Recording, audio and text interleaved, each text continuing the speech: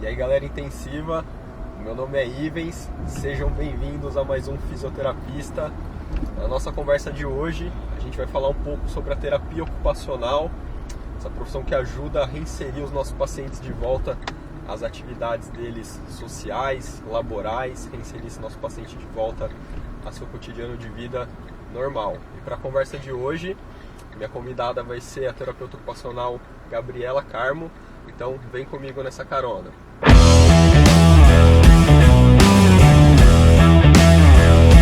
Então, pessoal, essa aqui é a Gabriela. Olá. Pode dar um oizinho, pode se apresentar, Gabi. Bom, meu nome é Gabriela, sou terapeuta ocupacional, formada pela UFRJ, sou mestre em Ciências da Saúde pela Universidade de Santo Amaro, atuo em dia a dia na unidade de terapia intensiva, em um dos hospitais da autarquia municipal aqui de São Paulo, e também sou preceptora de residência multiprofissional no programa de atenção à terapia intensiva da residência multiprofissional da Secretaria Municipal de São Paulo. Acho que é isso. Show de bola. Eu chamei a Gabi hoje para a gente conversar sobre a terapia ocupacional, principalmente no que diz relação aos contextos hospitalares, né? Porque a Gabi está muito inserida nisso, a Gabi trabalha com os pacientes na UTI, né? A Gabi tem um curso sobre isso, né? Sobre a terapia ocupacional nesse contexto. Então ninguém melhor que ela para ajudar a gente a entender um pouco melhor sobre esse assunto. E a primeira pergunta, que talvez seja uma pergunta besta, mas é fundamental porque muita gente, apesar de ser uma profissão que faz parte da nossa equipe multi-hospitalar, muita gente não conhece o que é a terapia ocupacional, né? O que é a famosa TO? Não, ótimo. É uma pergunta que praticamente muitos, nós profissionais ficamos, acho que a carreira inteira muitas vezes está respondendo, né? Mas vamos lá. O terapeuta ocupacional, ele desempenha, ele atua no desempenho das ocupações. Só que essa ocupação, ela não é simplesmente apenas a ocupação relacionada ao trabalho, né? Então, quando se tem uma dificuldade, seja ela temporária ou definitiva, da capacidade funcional, o terapeuta ocupacional ele realiza as intervenções, então para reabilitar, para restaurar, para prevenir muitas vezes, todas as ações que possam auxiliar nas atividades de vida diária desse paciente, com o intuito que ele realize as suas tarefas com independência e autonomia. Tá? Então, assim, é algo que é uma área extremamente abrangente, Nós temos diversas áreas de atuação, inclusive pela confederação, atualmente são 22 áreas de atuações da terapia ocupacional, e as principais áreas de atuação da terapia ocupacional, não vou citar as 22, mas as principais, então vão ser a saúde mental, saúde pública, gerontologia, contexto hospitalares, bem forte, e agora de educação, que foi recentemente, começou a fazer parte também da parte da especialização da terapia ocupacional, das áreas de atuação. Legal, bem abrangente, mesmo campo de atuação da TO. E ele ainda tem aquela questão que, além de toda essa especificidade, todas essas áreas, esses profissionais também atuam em todas as faixas etárias. Então você vai ter terapeuta ocupacional atuando de 0 a 100 anos. Legal. E mais especificamente, qual que é o papel da TO dentro desse contexto hospitalar? Então, o contexto, a hospitalização, ela é uma ruptura, do cotidiano desse indivíduo. Então, o contexto hospitalar, quando o paciente está nesse período, ele passa a ter um novo desempenho na vida ocupacional desse paciente. O que muitas vezes isso significa? Que as atividades de vida diária dele, as tarefas deles, eles passarão a ser limitadas. Principalmente quando eles estão em setores, como unidade de terapia intensiva ou algumas enfermarias que limitam essas ações mais básicas, Então, de repente, o banho, a alimentação, o seu autocuidado, e isso acaba também interferindo nas questões emocionais, afetivas e sociais desse paciente. Então, o terapeuta ocupacional ele é extremamente importante para que ele possa realizar as suas intervenções frente a todas essas limitações que irão ocorrer dentro desse ambiente. E também tem uma visão, né, subvalorizada de que o terapeuta ocupacional, que o contexto hospitalar ele é extremamente estressante. Né? Então, a importância também de fazer todo esse trabalho, né, interdisciplinar junto da equipe, de poder trabalhar também no processo de humanização no contexto hospitalar. Legal, que é muito importante também. Exatamente. E afunilando um pouco mais ainda, qual que é a importância da terapia ocupacional estar inserida dentro da UTI? É uma área extremamente recente, né, a terapia ocupacional na UTI. E a importância que a gente consegue vivenciar é que o terapeuta ocupacional ele passa a ser um apoio junto à equipe para que a gente possa realizar intervenções para a redução da permanência daquele paciente dentro do setor, principalmente ocasionadas referente à imobilização precoce e à redução e prevenção de delírio. Então, que é algo que está bem forte a atuação do terapeuta ocupacional dentro dessas duas vertentes. Então, qual que é o principal objetivo da TO lá dentro da UTI hoje? Hoje também vai ser, além desses objetivos, né? Então, de poder restaurar toda essa questão da funcionalidade do paciente de uma maneira precoce, já, né? Então, poder trabalhar toda essa habilidade, restaurar muitas vezes a capacidade ou muitas vezes adaptar a nova realidade caso esse paciente venha fornecer, né, dentro da UTI. Então, além desse retorno, né, das atividades de vida diária de uma forma independente, antes mesmo dele ir para a enfermaria, nós também temos a principal atuação também de fazer uma intervenção frente às reduções e prevenções de delírios, que é bem forte dentro desses setores. Você falou uma coisa que é legal, que é adaptar o paciente a essa nova realidade. E isso é uma percepção muito legal que a fisioterapia não tem muito, porque o fisioterapeuta tem em mente que ele sempre vai conseguir melhorar e devolver o paciente ao que ele era. E muitas vezes a doença, o percurso da doença, nunca vai permitir isso.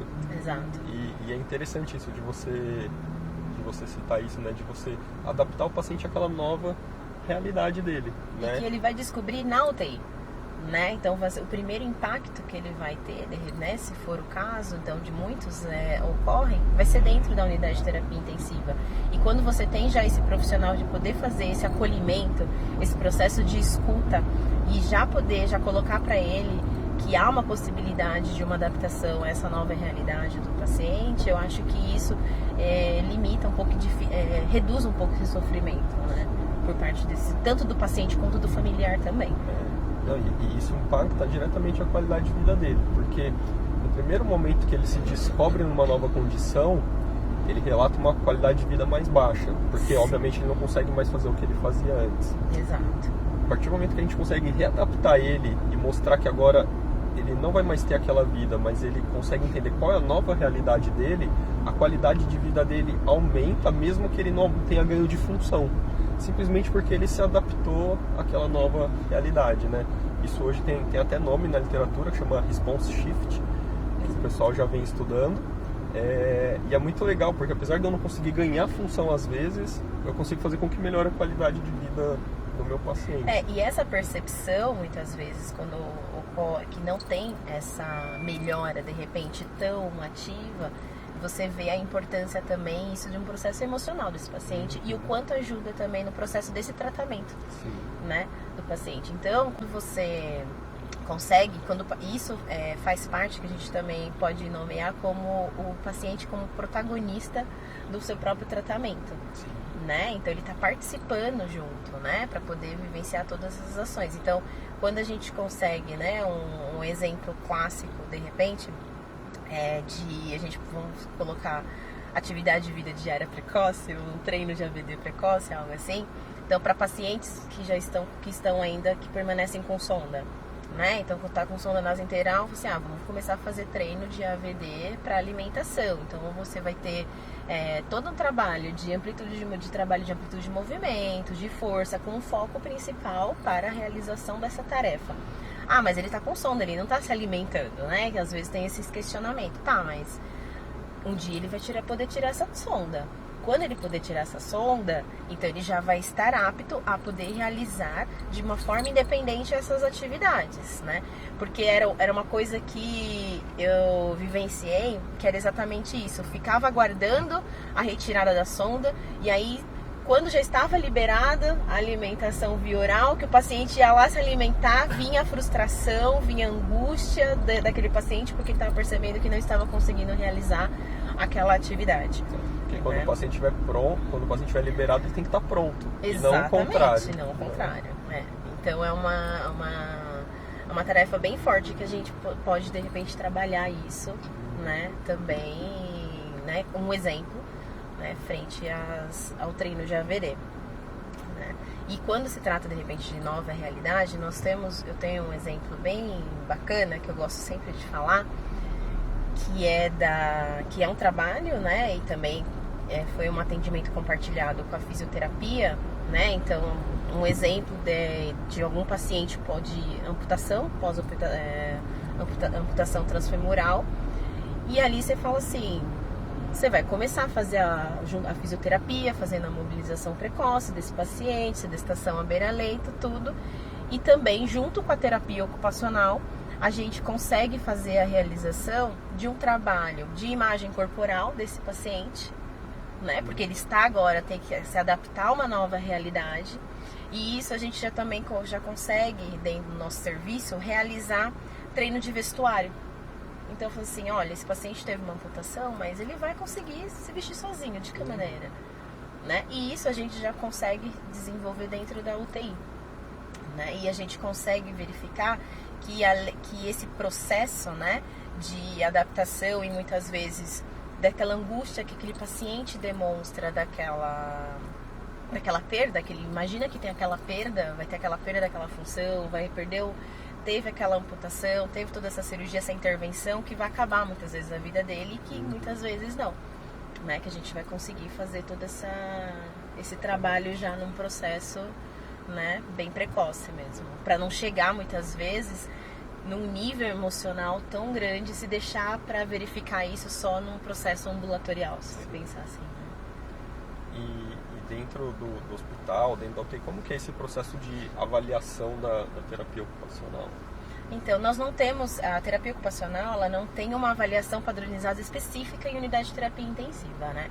Então, no trabalho, no trabalho onde nós estamos, nós desenvolvemos um formulário onde a gente pensou, né, que possa desenvolvendo, né, ações e utilizando protocolos padronizados que possam nos favorecer no diagnóstico terapêutico ocupacional.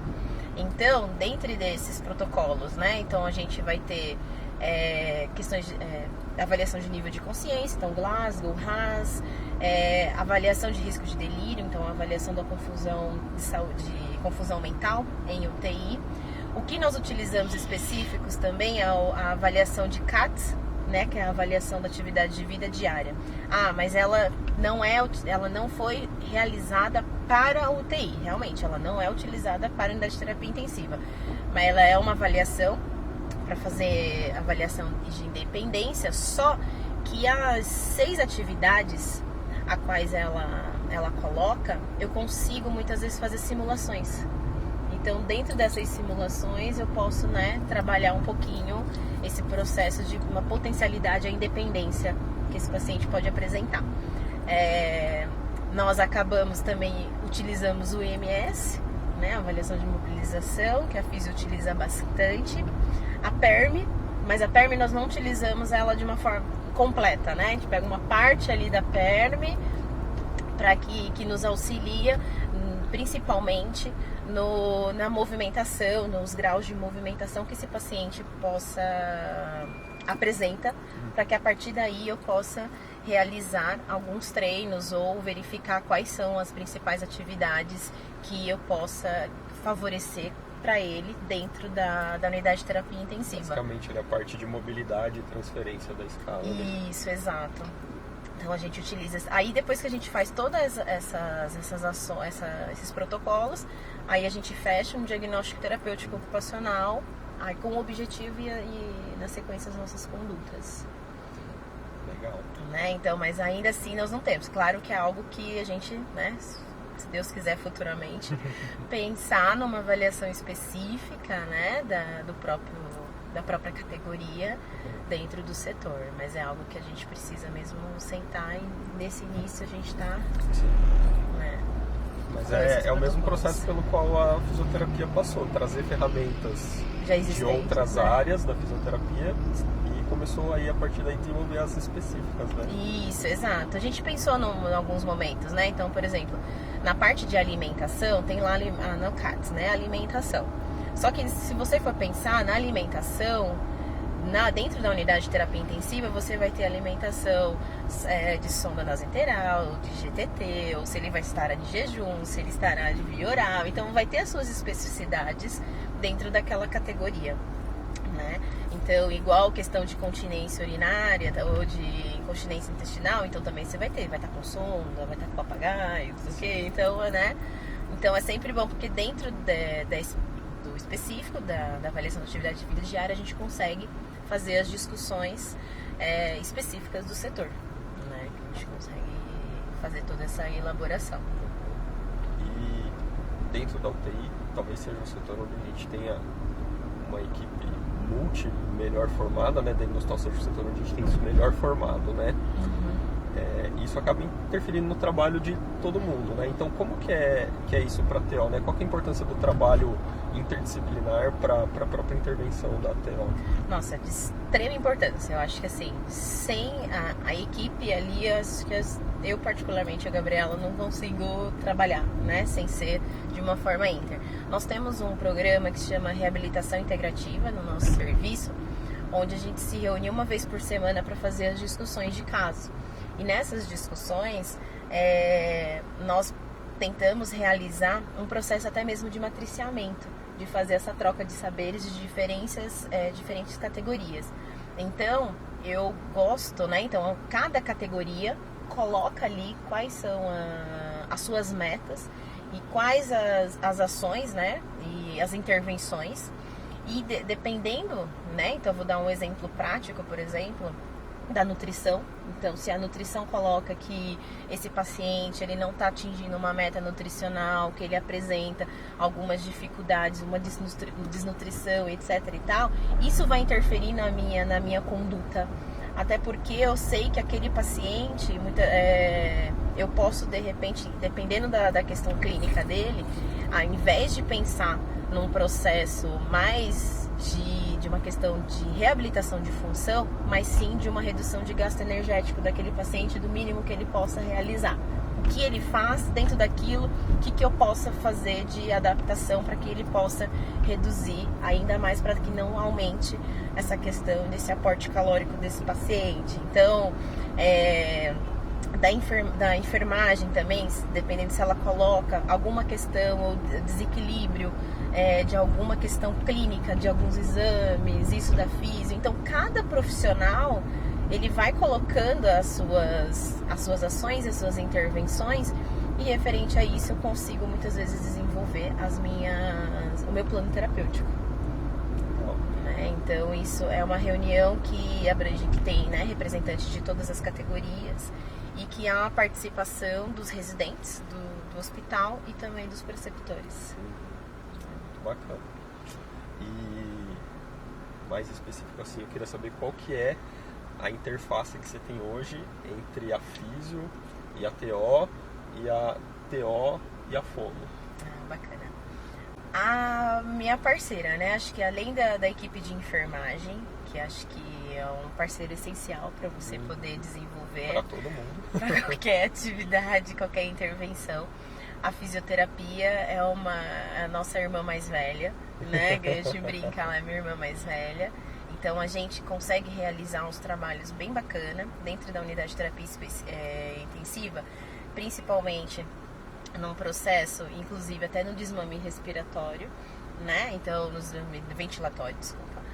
E isso atuando de que maneira, né? Então, nas estimulações cognitivas para fazer, de repente, redução e prevenção de delírio, através, muitas vezes, de placa de comunicação alternativa, para poder também desencadear e facilitar o processo de comunicação daquele paciente que já está limitado em decorrência daquele tubo, né? Então, você já tem aquela intervenção para poder facilitar esse processo, quando possível, de comunicação desse paciente com o uso de placas ou outros recursos, acaso, né, a gente estiver com a disponibilidade de lá. Com esse nosso trabalho, nós conseguimos desenvolver uma placa de comunicação alternativa específica para esse momento. Então, nessa placa de comunicação alternativa, nós temos 6 símbolos, onde desses 6 símbolos, nós temos alguns específicos que podem, inclusive, interferir e auxiliar o fisioterapeuta que estiver no processo de desmame, que é, de repente, quando o paciente não consegue identificar que ele está com secreção, né, no catarro no peito, ou dor ao tossir. Então, ações e respostas, né, e sintomas que possam ser frequentes nesse processo, né? Então, aí, todo aquele processo que o paciente não tem, você tem uma placa que facilita o paciente poder desencadear isso também. Além disso, junto com a fisioterapia, o treino de AVD auxilia bastante na mobilização precoce. Então, eu dei anteriormente o exemplo, né, de uma pós-amputação transfemoral, desse trabalho, tanto da mobilização, de sedestação à beira-leito, até o processo de treino de vestuário desse paciente. Isso inclui também todas as outras tarefas, né? Tem uma questão que o pessoal fala assim: nossa, a fisio está fazendo marcha a TO está fazendo marcha com o paciente na UTI. A gente fala assim: não, nós não estamos fazendo a marcha em si, né? O meu objetivo é diferente.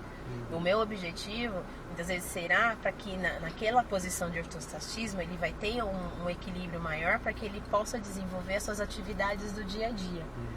Né? Porque sabendo assim que não será só apenas numa sedestação, né? Não será apenas sentado, mas sim também no processo de ortostatismo. Então, isso a gente trabalha juntos bastante. Por um processo de delírio também, uma redução e prevenção de delírio, junto com a fisioterapia, nós já utilizamos bastante, principalmente para deslocamento de pacientes para fora do ambiente de UTI, né? Então, muitas vezes, pacientes em ventilação, eu preciso, né, de realizar esse atendimento compartilhado junto com a fisioterapia para poder realizar esses atendimentos, muitas vezes, para poder colocar o paciente em algum ambiente externo, algum outro ambiente, para que a gente possa realizar todas essas atividades. Com a Fono vocês têm desenvolvido alguma parceria? Com a Fono sim, não, com a Fono maravilha. Com a Fono, aquele exemplo que eu dei com o treinamento precoce do treino de alimentação, a gente muitas vezes já realiza isso, muitas vezes no teste de deglutição que a Fono realiza. Legal. Então, na hora que ela vai fazer esse teste, a gente faz toda uma preparação com esse paciente, que muitas vezes o próprio paciente vai levar a quantidade exata até a boca. Então, a gente faz todas as adaptações quando necessário, né, para que ele possa realizar. E também tem, junto com a fisio também e a fono, o uso da válvula de fala. Então, muitas vezes a gente tenta fazer um atendimento compartilhado quando se tem o uso da válvula de fala, para poder realizar algumas atividades, muitas vezes relacionadas à efetividade do processo, para verificar mesmo a questão cognitiva desse paciente, e muitas vezes emocionais, né? E aí também nós temos a parceria da psicologia, que nos auxilia bastante nesse processo. É legal, né? Eu acho que a Fono é fundamental, que deveria estar muito mais inserida e valorizada em todos os contextos aí. E aí, pensando nisso, tem alguma lei, alguma regulamentação, alguma coisa que disponha sobre isso, sobre a presença, obrigatoriedade da TO nos hospitais? Como que é? Do contexto hospitalar, nós temos a 429, que é a do COFITO, né, que regulamenta tudo direitinho a parte da terapia ocupacional em contexto hospitalar, que aí especifica tudo, né, tá bem especificado todas as suas atuações e benefícios frente a categoria, a esse contexto. E tem a RDC 7, que ela não fala necessariamente da obrigatoriedade, né, do terapeuta ocupacional exclusivo em unidade de terapia intensiva, mas ele fala que o setor ele precisa ter a assistência terapêutica ocupacional, precisa oferecer isso, ele precisa oferecer esse serviço. E estou verificando que nos últimos 3 anos, principalmente, a fiscalização ela está um pouquinho mais intensiva, né? Tá intensificada nos hospitais, porque teve um aumento de uma procura por parte dos profissionais, né, de procurar sobre a terapia ocupacional. O que a gente faz dentro da unidade de terapia intensiva? Então, o que está acontecendo? Chegam nos hospitais e eles falam, olha, precisa fazer a oferta da terapia ocupacional em UTI, eles pegam o profissional e falam, olha, sobe lá na UTI. Só que não é bem assim, né? Não é tão simples não assim. É tão simples assim, né? Então, ao mesmo tempo que é muito bacana, é muito bom, né, ter essa procura, tudo bem que está sendo a partir de fiscalização, né, por outros meios, mas está sendo importante também esse aumento. Não é um aumento tão significativo ainda, né? Ainda nós já temos uma quantidade já reduzida de profissionais num contexto geral. Vocês têm uma ideia, assim, por exemplo, de quantas UTIs hoje tem o TO, quantos hospitais oferecem isso? Não tem um número exato, mas tem um censo que saiu no ano de 2017 pela AMIB, que eles colocam que apenas 8% das UTIs a nível nacional tem a presença de um terapeuta ocupacional. Mas ele também não especifica se esses 8%, né, se vão ser exclusivos, se são por interconsulta, essas questões assim, ela não tem especificada. Mas ainda o número é muito reduzido, né? É baixo, né? É muito baixo.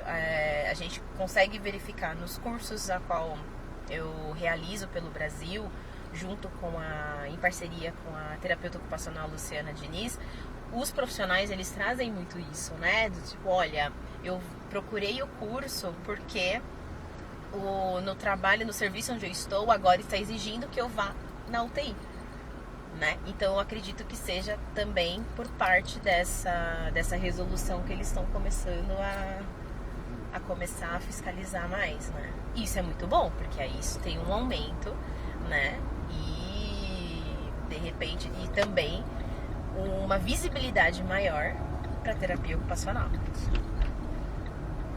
Por mérito, inclusive. Exato. E aí, frente a tudo isso, você já viu, né, aquele quadro da Globo lá, O Brasil que eu quero, né? Sim. Qual que é a TO que você quer? O que você espera assim, para o futuro da TO? É uma terapia ocupacional muito mais valorizada por todas as áreas, um aumento de profissionais, né, nos setores. Então, um aumento de cursos, de procuras de cursos de graduação, uma melhoria nos nossos cursos e aumento também de pós-graduação, um aumento significativo nas publicações, né, científicas. Então, para que a gente possa apresentar o excelente trabalho que a gente já desenvolve, porque o terapeuta ocupacional ele desenvolve um trabalho exemplar, mas ainda tem uma escassez muito significativa de publicações. Então, acho que isso seria uma forma também para a gente apresentar o nosso trabalho. Também acho. Assim como a fisioterapia também carece de tudo isso aí, de mostrar, a TO também precisa mostrar mais, porque infelizmente ainda não é conhecida de todo mundo. Não. E não tem a valorização que ela merece, né? A gente vê, por exemplo, assim, as TOs americanas, cara, elas são muito valorizadas. Elas têm um poder dentro do hospital muito grande, porque todo mundo entende o que elas estão fazendo ali, o que elas conseguem mudar na vida do paciente, né? Uhum. E, infelizmente a gente ainda não tem essa visão aqui, né? principalmente da própria equipe multi frente à TO, né? E aí acaba, falta solicitação, falta valorização e tudo mais. Porque é uma coisa que a gente discute bastante quando fala, olha, eu só vou muitas vezes por interconsulta. Só que para você ter uma interconsulta, você também depende de um profissional que entenda e que saiba do papel da terapia ocupacional, né? Então, eu muitas vezes eu exemplifico bastante nas discussões que a gente consegue ter a oportunidade de ter com outros terapeutas ocupacionais e falo assim, olha, um dia que você for fazer uma interconsulta, você faz aquela interconsulta, mas muitas vezes pede para olhar, se possível, o paciente ao lado, né? Mesmo que não tenha intervenção, mas se você conseguiu identificar uma possibilidade que vai beneficiar aquele paciente com sua intervenção, conversa com a equipe que esteja de plantão naquele momento e solicita e fala, olha, eu posso, né, olha, eu já fiz o atendimento da interconsulta, mas eu posso dar uma olhadinha nesse paciente aqui, fazer uma avaliação, tudo e tal, que é uma forma de você também poder mostrar, né, todas essas atividades. Então, eu consigo, hoje, né, graças a Deus, nós temos uma equipe, não sei se eu posso dizer que não é 100%, que eles entendem o que é exatamente a terapia ocupacional dentro da UTI, mas eles têm uma vivência e eles conseguem identificar, né, muitas vezes aquela necessidade, né, do terapeuta ocupacional. Né? Então, acho que isso a gente consegue identificar muitas vezes quando um técnico ou auxiliar pede auxílio para utilizar as placas de comunicação alternativa. Né? Porque ele consegue identificar o quanto é importante o processo de comunicação mesmo com o paciente no processo de intubação orotraqueal. É ótimo. Né? Então essas recompensas, esses retornos assim estão sendo benefício. E eu acho que ainda no Brasil que eu quero, eu acho que também os terapeutas também ocupacionais começarem a participar dos congressos de terapia e de medicina intensiva, que é uma forma também da gente conseguir começar a nos apresentar. Sim. Né? Nos últimos anos eu venho participando e eu praticamente uma perdida ali no ninho. Uma das poucas ali. Né? Então acho que ainda nós estamos engatinhando, mas nós estamos conseguindo seguir Ótimo. o fluxo. E espero que a nossa conversa tenha ajudado para que, pelo menos se tirar aquela ideia de que a TO só faz talinha, só posiciona Deus, e só faz adaptação. Também. Acho que já ajudou bastante, vai ajudar bastante de mostrar que a TO é muito mais que isso. Muito. Nessa conversa curta ainda nós não conseguimos ainda falar, acho que nem a metade. Exatamente. Das coisas que a gente consegue desenvolver, mas que se conseguir colocar uma pulguinha atrás da orelha, né, já para poder desenvolver a curiosidade. Exatamente. Acho que já é Já ajuda muito. Nossa, demais, assim. E me coloco à disposição também. Já que você se coloca à disposição, como as pessoas te acham, então? Onde achar a Gabi? Tem o meu Instagram, né, que tá como gabi.pcarmo, né? Colocarei então, isso. E aí a gente pode continuar a nossa conversa.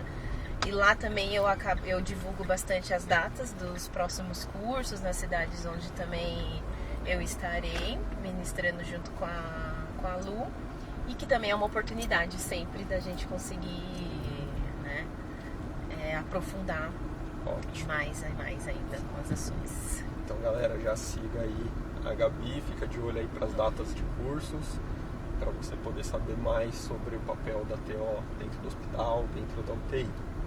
Tá certo? Quer falar mais alguma coisa, Gabi? Quero agradecer muito pelo convite, adorei o nosso papo. Eu que agradeço a sua presença aí. E eu espero que vocês tenham gostado, que, né, que era exatamente só para fazer essa apresentação, que espero que tenha sido bem esclarecedor também. Né? Com certeza foi. E eu acho que é isso. Então a gente pode continuar a conversa para quem tiver interesse. E quem sabe fazer diversos trabalhos, publicar, estamos à disposição a tudo. Isso aí. Valeu, Gabi. Obrigada. Muito obrigado, viu? Obrigada. Agradeço muito aí a sua presença. Adorei. Nossa carona. Adorei a carona. Estamos quase chegando no destino da Gabi já, por falar nisso. Exato. Estamos certinho. Então, galera, valeu, obrigado e até a próxima. Até, tchau, tchau.